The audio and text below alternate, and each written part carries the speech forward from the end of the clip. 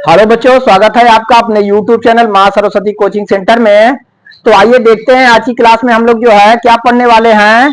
तो आज की क्लास में हम लोग पढ़ेंगे प्रश्नावली 3.3, जिसमें क्वेश्चनों को हम जो है किस विधि से हल करेंगे, विलोपन विधि से। तो अभी तक आप लोग जो है प्रश्नावली 3.2 में जो है जो भी रैखिक समीकरण दिए हुए थे उन्हें आप प्रतिस्थापन विधि द्वारा जो है हल करना सीखे। तो आज हम देखते हैं, इसमें हम विलोपन विधि स्टार्ट करेंगे। तो क्वेश्चन नंबर 1 हम देख रहे हैं, निम्न समीकरणों के युग्म को विलोपन विधि तथा प्रतिस्थापन विधि से हल कीजिए, कौन सी विधि अधिक उपयुक्त है।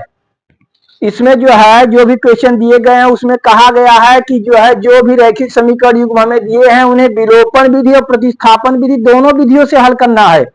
और पूछ रहा है आपको कौन सी विधि अच्छी लगी, कौन सी विधि अधिक उपयुक्त है, आपको बताना है। तो चलिए सबसे पहले हम लोग स्टार्ट करते हैं विलोपन विधि से। तो हम देखते हैं, हमारा पहला क्वेश्चन था, इसमें x प्लस वाई बराबर 5 और 2x माइनस 3y बराबर 4, इस तरह से दो रैखिक समीकरण युग्म हमें दिए हुए हैं। इन्हें हमें विलोपन विधि से हल करना है, फिर प्रतिस्थापन विधि से हल करना है, और आपको यह बताना है कि कौन सी विधि अधिक अच्छी है। तो चलिए देखते हैं। सबसे पहले इसे हम दे देते हैं समीकरण नंबर 1 लिख देते हैं, और इस समीकरण नंबर 2। अब जरा ध्यान देंगे आपकी विलोपन विधि में रैखिक समीकरणों को किस तरह से हल किया जाता है। तो आप देखेंगे विलोपन विधि में हम क्या करते हैं, या तो हम जो है x को विलुप्त करते हैं या तो y को विलुप्त करते हैं।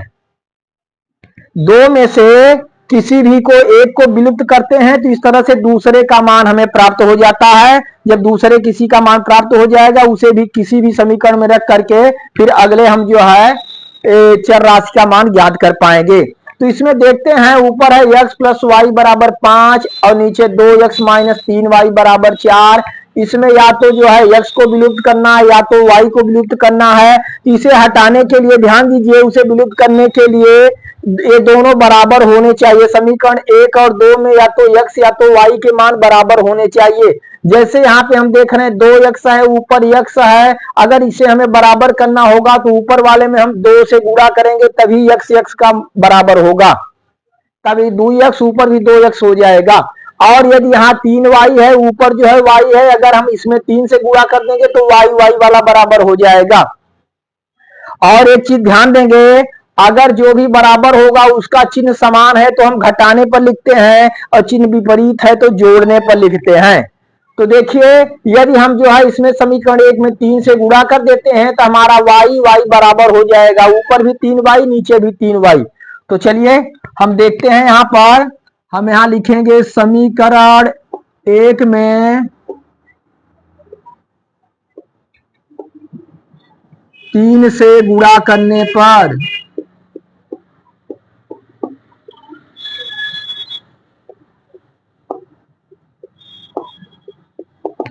हम समीकरण 1 में 3 से गुणा कर दिए। जब गुणा करेंगे तो ऊपर हो जाएगा 3x प्लस 3y बराबर 3 पचे 15। दोनों पक्षों में गुणा होगा, ध्यान देंगे, जिससे भी हम गुणा करेंगे दोनों पक्षों में गुणा करेंगे तो x में 3 से हुआ 3x प्लस 3y बराबर 3 पचे 15। अगला समीकरण हम इसे मान लेते हैं समीकरण नंबर 3। और हमारा समीकरण नंबर 2 क्या है, 2x माइनस 3y बराबर 4, समीकरण नंबर 2 है।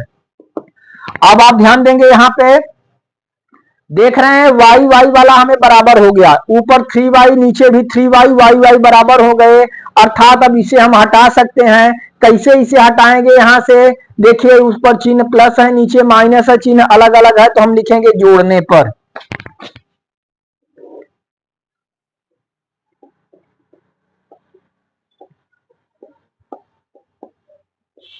जोड़ने पर देखते हैं 3y से कट गया, यहाँ 3x और 2x हमारा हुआ 5x बराबर 15 और 4 कितने हुए 19।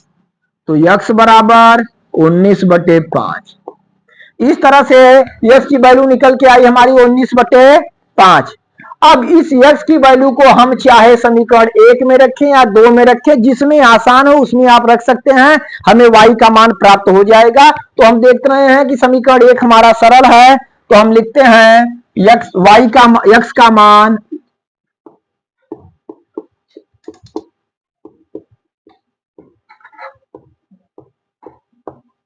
समीकरण 1 में रखने पर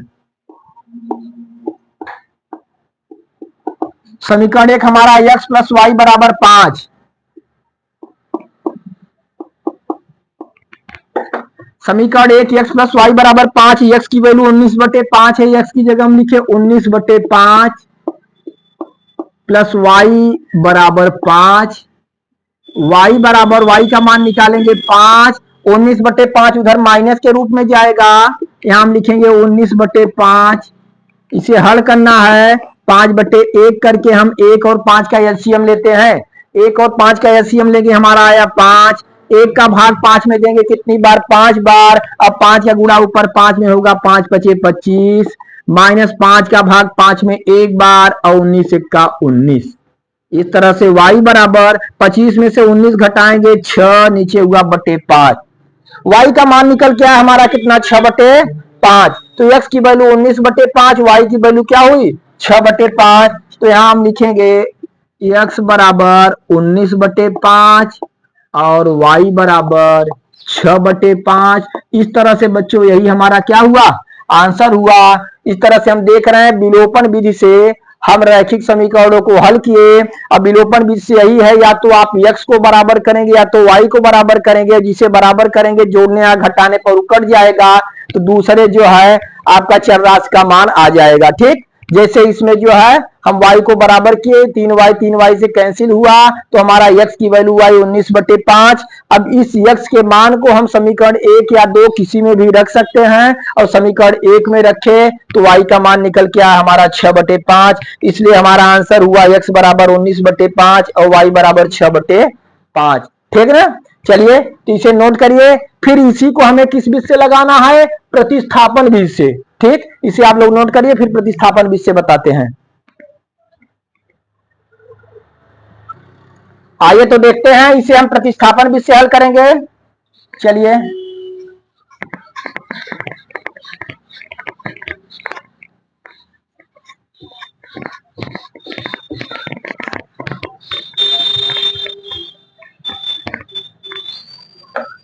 देखिए, इसे हमें प्रतिस्थापन विधि से हल करना है। प्रतिस्थापन विधि से हम आप लोगों को बता चुके हैं, आप या तो समीकरण 1 लेंगे या 2 लेंगे, तो जो सरल हो। तो हम देख रहे हैं समीकरण 1 हम लेते हैं। सबसे पहले हम लिखेंगे समीकरण 1 से, समीकरण 1 से समीकरण 1 हमारा x प्लस वाई बराबर 5। ठीक, अब या तो y को उधर भेजिए या तो x को उधर भेजिए, किसी को आप उधर भेज सकते हैं। जैसे हम ले लिए यहाँ पे, ध्यान दीजिए, y को इधर भेज, y को रोक दिए, x को भेजिए, y बराबर 5 माइनस x। इसे समीकरण नंबर कौन सा दे देंगे हम, 3 दे दिए। अब इस y का मान किस समीकरण में रखेंगे हम, समीकरण 2 में रखेंगे, 1 में नहीं रखेंगे, क्योंकि 1 से हम हल किए हैं, इसलिए समीकरण 2 में रखेंगे। हम लिखेंगे y का मान समीकरण 2 में रखने पर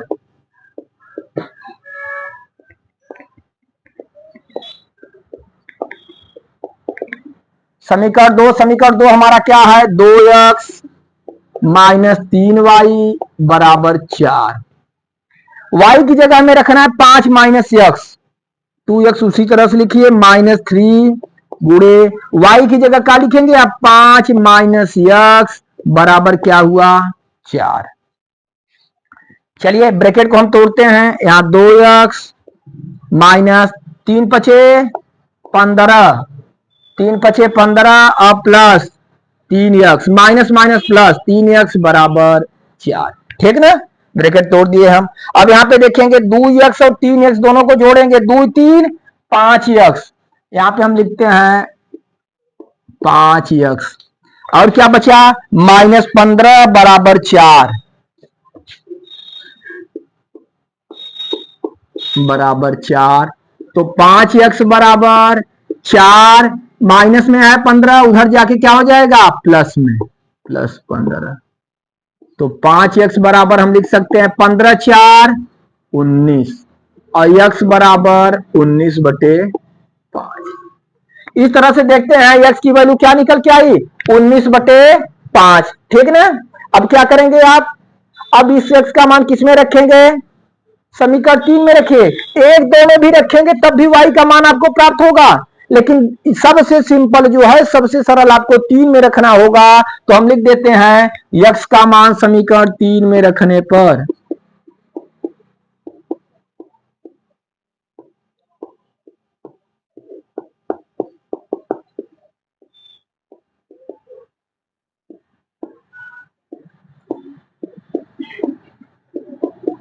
तीन क्या है, y बराबर 5 माइनस x।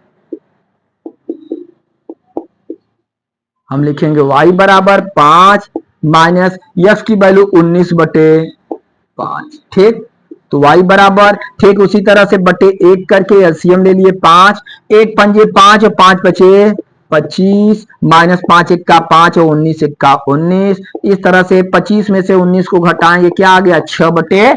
तो हम देखते हैं x की वैल्यू 19/5 और y की वैल्यू 6/5। यहां लिखते हैं x बराबर 19/5 और y बराबर 6/5। यही हमारा आंसर हुआ। तो हम देखते हैं, हम विलोपन विधि से भी हल किए तो x की वैल्यू जो है 19/5 और y की वैल्यू 6/5 आई। अब प्रतिस्थापन विधि से हल किए तब भी x की वैल्यू 19/5 और y की वैल्यू 6/5 आई। इस तरह से आप किसी भी क्वेश्चन को, किसी भी सवाल को चाहे जिस मेथड से आप हल करें, आंसर आपका वही आएगा, सेम आंसर जो है एक ही आएगा। आप चाहे जिस विधि से हल करिए, बस अंतर यही है कि आप यही देखेंगे, जैसा कि इसमें पूछा गया कौन सी विधि अधिक उपयुक्त है, तो कोई विधि थोड़ा सा जो है सरल है और कोई विधि हार्ड है, बस। और ये आपके समझने का फेर है। अगर आपको जो है सही ढंग से जो है सबका नियम मालूम हो गया तो हर विधि से आप बहुत ही अच्छे तरीके से, बहुत ही सरल तरीके से जो है क्वेश्चन को हल कर सकते हैं।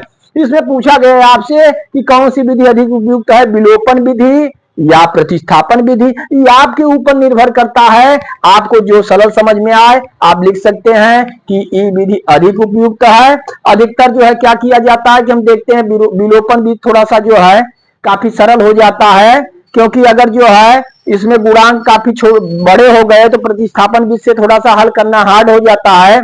और विलोपन विधि से हम किसी भी x को या y को बराबर करके उसे हटा देते हैं। तो इस तरह से हम देखते हैं कि विलोपन विधि अधिकतर बच्चों को जो है सरल समझ में आती है। तो चलिए इसे भी आप लोग नोट करिए और फिर जो है अगला क्वेश्चन हम लोग देखते हैं।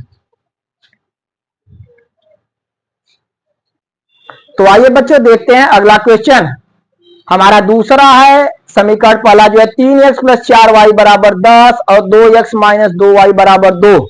दो रैखिक समीकरण दिए हुए हैं, फिर इन्हें हमें विलोपन विधि से और प्रतिस्थापन विधि से हल करना है। तो इसे पहले को हम मान लेंगे समीकरण नंबर 1 और दूसरे को समीकरण नंबर 2।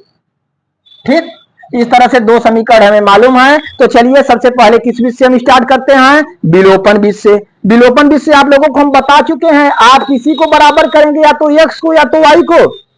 और जरा ध्यान दीजिए इधर, अगर आप x को बराबर कर रहे हैं तो इसमें किससे गुणा करेंगे या इसमें किससे गुणा करेंगे, दोनों बराबर होंगे। देखिए ऊपर 3 है नीचे 2 है, तो इस तरह से जो है इन दोनों को बराबर करना, किसी एक में किसी संख्या से गुणा करने पर दोनों बराबर नहीं हो सकते। 3 में किसी ऐसी संख्या से गुणा कर दिया जाए कि 2 हो जाए, या 2 में किसी ऐसे से करें 3 हो जाए किसी ऐसे पूर्णांक से, तो नहीं हो पाएगा। ठीक, तो इसे अगर बराबर करना हुआ तो ऊपर वाले में 2 से और नीचे वाले में 3 से गुणा करेंगे। ऊपर वाले में हम 2 से गुणा करेंगे 2 3 6 और नीचे वाले 3 से गुणा करेंगे 3 दूना 6, तब दोनों बराबर होंगे।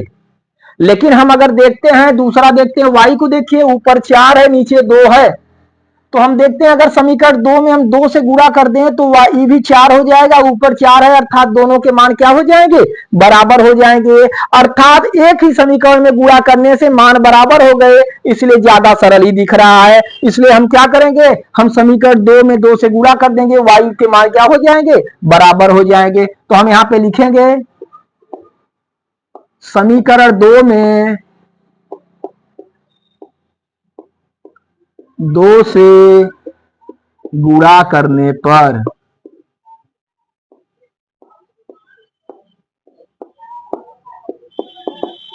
ठीक, समीकरण 2 में 2 से गुणा करने पर, चलिए 2 में करिए, 2 में करेंगे यहाँ पे 2 दूना 4x, यहाँ पे 2 दूना 4y, 2 दूना 4, ठीक ना। दोनों पक्षों में 2 से गुणा कर दिए, 4x माइनस 4y बराबर 4। तो इसे अगला समीकरण हम ले लेंगे, समीकरण नंबर कौन सा, 3।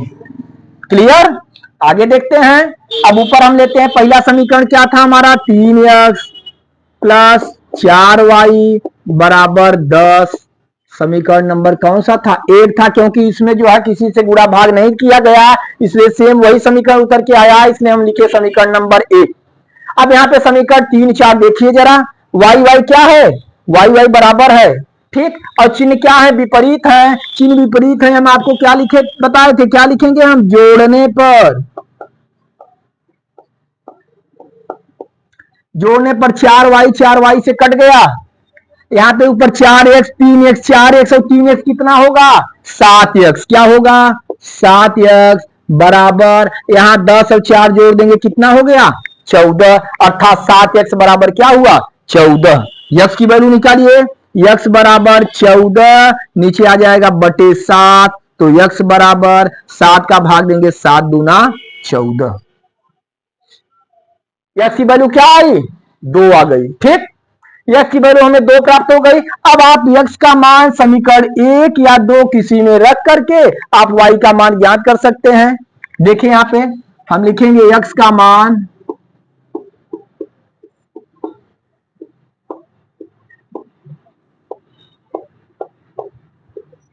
x का मान किसी भी समीकरण में हम रखेंगे, समीकरण 1 में रखिए या 2 में रखिए, चलिए हम एक में ही रख देते हैं।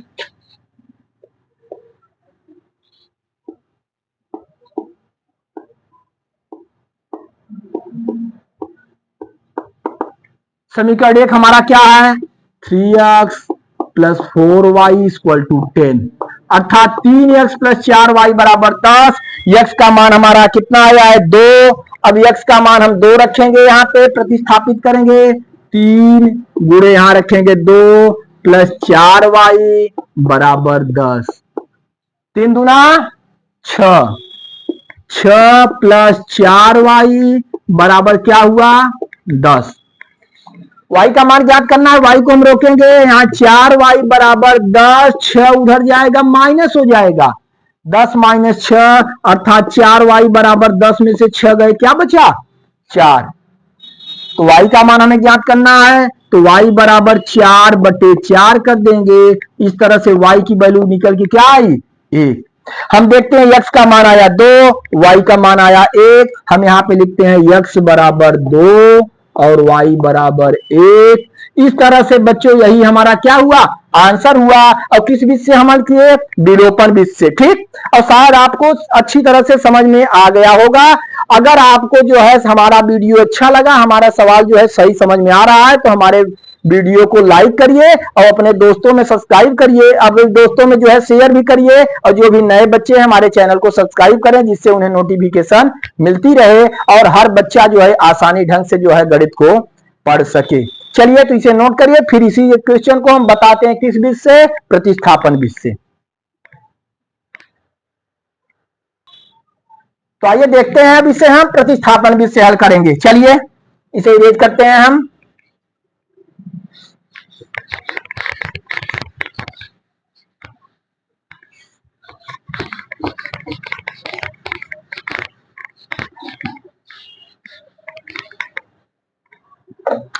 चलिए फिर प्रतिस्थापन विधि से हल करने के लिए हम समीकरण 1 या 2 लेंगे, चाहे जो ले लें। तो चलिए हम समीकरण 2 ही ले लेते हैं। हम लिखेंगे यहाँ पे समीकरण 2 से, आप चाहे जो समीकरण लेंगे, समीकरण 1 या 2, समीकरण 2 से। समीकरण 2 हमारा क्या है, 2x माइनस 2y बराबर 2, ठीक। चलिए x को हम यहाँ पे रोक दिए, 2x बराबर हम लिख सकते हैं 2y, सॉरी 2 इधर जाएगा 2y उधर जाएगा, इधर माइनस है प्लस हो गया, प्लस 2y। तो x बराबर 2 प्लस 2y बटे 2, x बराबर ऊपर 2 कॉमन हम ले सकते हैं, अगर 2 कॉमन ले रहे हैं तो यहां बचा 2 1 का 2 1 प्लस 2 से कैंसिल हुआ, y बटे 2 से कैंसिल हुआ, x बराबर हो गया 1+y। x का मान क्या आ गया 1+y, इसे हम देंगे समीकरण नंबर 3। x का मान हमारा आ गया 1+y। अब इस x के मान को हम समीकरण किस में रखेंगे, 1 में रखेंगे, क्योंकि 2 हम हल कर चुके हैं। तो हम लिखेंगे x का मान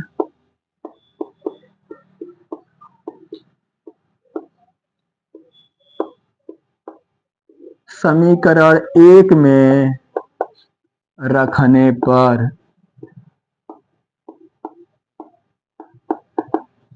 1 में रखेंगे, 1 हमारा क्या है 3x + 4y = 10।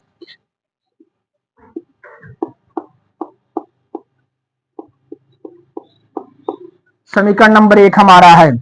x का मान है y + 1+y, तो x की जगह लिखेंगे हम 1+y, यहाँ पे चलिए 3x की जगह 1+y प्लस यहाँ क्या 4y = 10। 3 का गुणा ब्रैकेट तोड़ेंगे, 3 का गुणा 1 में करेंगे, 3 1 का 3 प्लस 3 का गुणा y में करें, क्या हो गया 3y। ठीक, यहाँ पे प्लस क्या है 4y = 10। देखिए यहाँ पे 3 प्लस 3y 4y कितने y हो गए 7y = 10।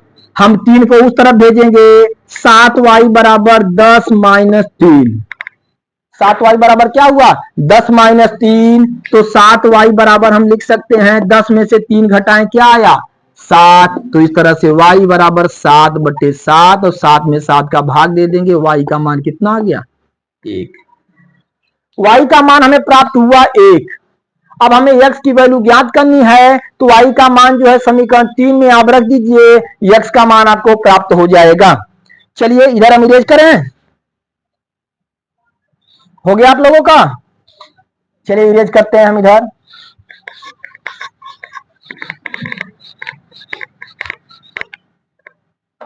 हम लिखेंगे y का मान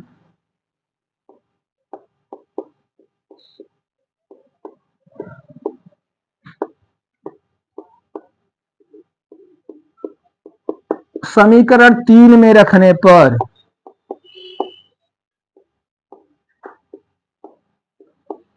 3 हमारा क्या है x बराबर 1+y, तो x बराबर 1 और प्लस y का मान कितना आया है 1, तो x बराबर क्या हो गया हमारा 2।